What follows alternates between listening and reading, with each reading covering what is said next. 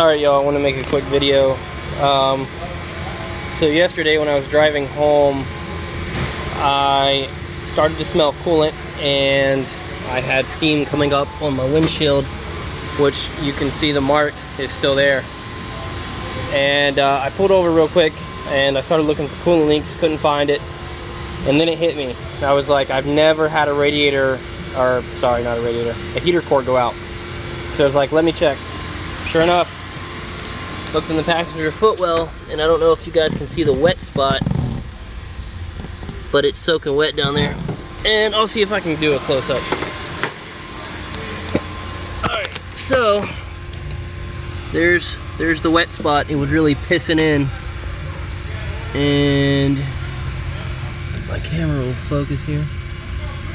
I don't know if you can see the coolant marks, but it was pouring in, like literally pissing in. So what I did is I immediately shut off the heater valve. It's cold. Turned the blower off, and that stopped most of the leaking. It shut a lot of it out. But I don't know if there's residual coolant in there, or it's pushing past that and then leaking in still, but it's fogging up my windshield and I can still smell coolant. So what I'm doing is, I believe all 240s come with this stock.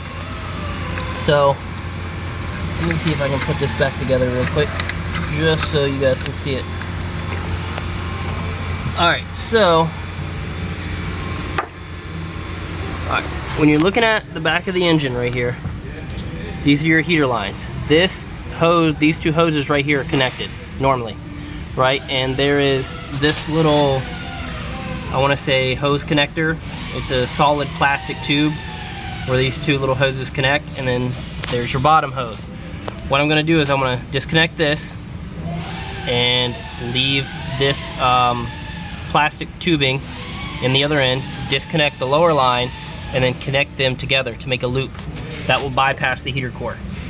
So if this ever happens while you're driving, these bolts are 8mm or Phillips. I highly recommend a socket because these can be jammed.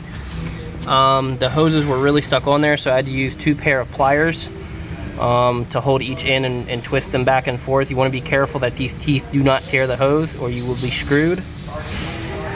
I got these from Harbor Freight, but they're vice grips with little flat feet on them to pinch the hoses. I'm trying not to get any air. Obviously you're gonna get air, but hopefully a small bubble won't screw me and cause it to overheat. I had a lot of problems bleeding this one because it kept getting airlocked and then blowing out top of the radiator. So if you're in a pinch and this happens and you want to bypass just to get somewhere to get it fixed or to limp it home, that's a good fix. Keep in mind they're going to need 8mm, something preferably if you can to pinch the hoses, and 2 pairs of pliers to wiggle the hoses off, and then clamp everything back down and make a loop.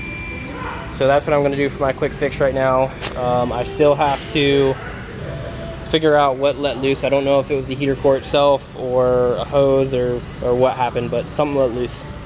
So that'll probably be my next video. Is probably gonna have to pull the dash and a whole bunch of BS. So we'll see in the next video what happens.